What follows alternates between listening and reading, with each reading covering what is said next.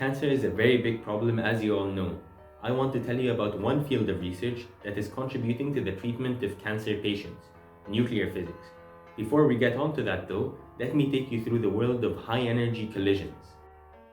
The Large Hadron Collider, or the LHC, is the largest and most powerful particle accelerator in the world. It speeds up charged nuclei of atoms, such as protons, close to the speed of light, making them ultra-relativistic. This just means that they are traveling at very high or relativistic speeds. The nuclei are then made to collide together. There are several locations along the particle accelerator where the nuclei can collide. One of these is the ATLAS experiment, or the ATLAS detector. Here, I can make the picture clearer. So, the nuclei come together at speeds very close to the speed of light, then they collide.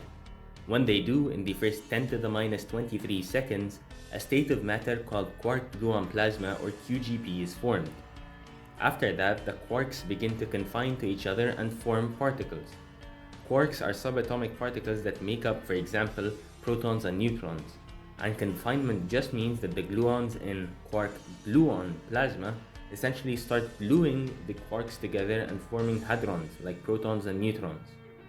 Hadrons are particles that interact via the strong nuclear force, just like charged particles, like electrons, for example, interact via the electromagnetic force. The strong nuclear force is the force that I want you to think about. Understanding nucleon-nucleon interactions is significantly advancing precision medicine techniques for treating cancer patients, but as promised, I'll let you know all about that at the end.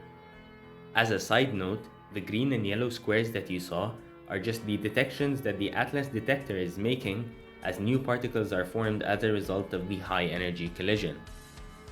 Despite how theoretical this topic appears to be, it has very real and concrete benefits for the precision medicine industry. One of the main parts of precision medicine that nuclear physics is benefiting is particle therapy. In basic terms, this technique involves aiming ionizing radiation in the form of high-energy charged nuclei at target cancer tumors.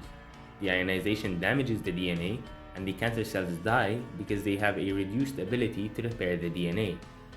The key point is that these particles can undergo nucleon-nucleon interactions which are not accounted for by some particle therapy models.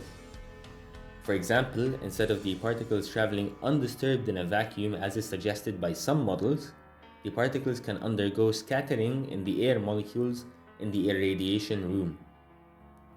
Actually, these unexpected connections between different areas of basic science happen often, and who knows what part of fundamental research will lead to the next breakthrough application.